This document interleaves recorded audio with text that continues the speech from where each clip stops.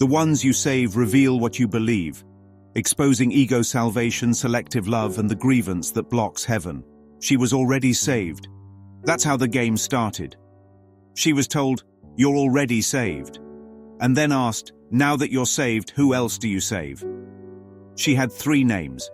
Her pastor, Tyler Perry, her sister, but only 2 got picked. And the one who got left out wasn't a celebrity, wasn't a title, wasn't a brand. It was her sister, the one tied by blood, not by spotlight. And right there, right in that unspoken exclusion, the ego wrote its signature across the sky.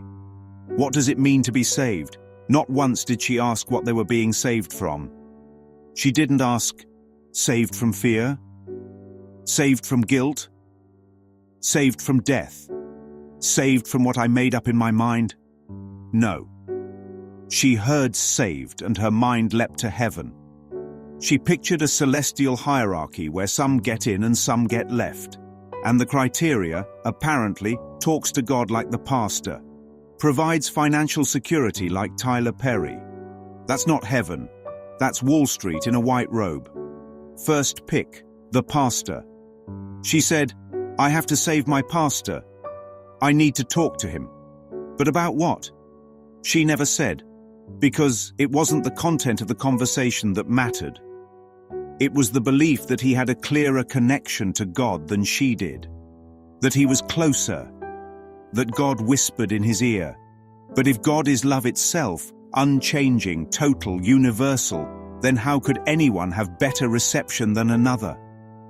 There is no hotline to God. There's only ever been one line, and it runs straight through the heart of the sonship. If the pastor has it, so does the sister, so does the sinner, so does the so-called enemy. Because God doesn't play favorites.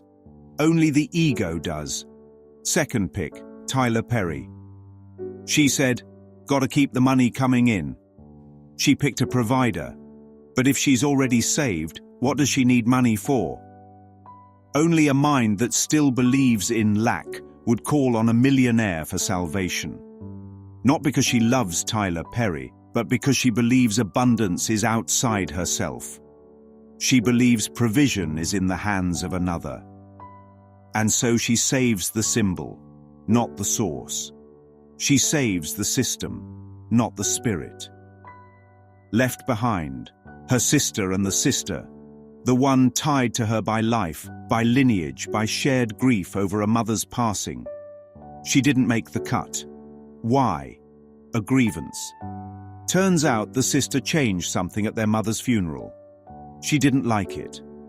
She held on to it. And so she silently crossed her sister's name off the list.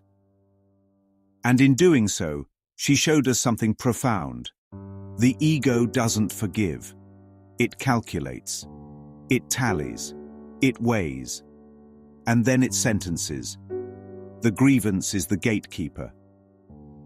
She didn't say, "I hate my sister." She didn't have to. The ego never announces its verdicts. It just makes the exclusion seem logical, reasonable, justified. But anytime anyone is not worthy of heaven in our mind, we're not in heaven either. Because there's no such thing as private salvation. No one gets to heaven alone. And no one gets there by leaving another behind. No stains on the sonship. Imagine a pristine white sheet. That's the sonship. One self. Shared. Eternal.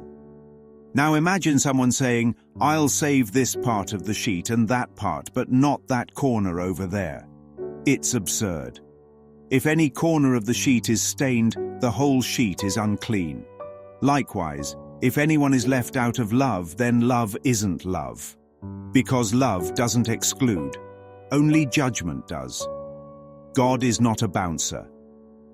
If God is real, then God is not a gatekeeper, not a judge, not a cosmic Santa Claus with a naughty list.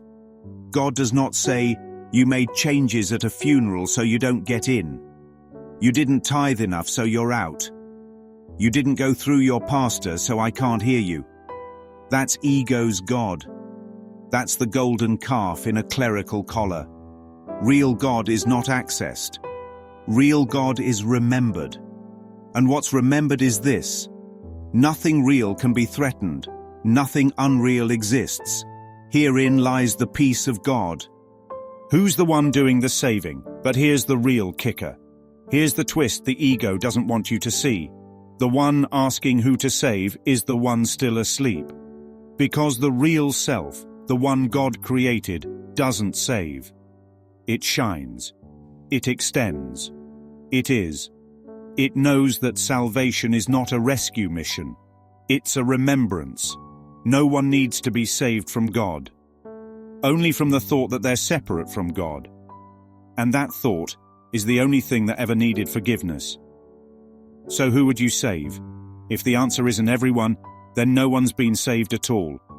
Because what's saved is not the person, not the pastor, not the celebrity, not the sister.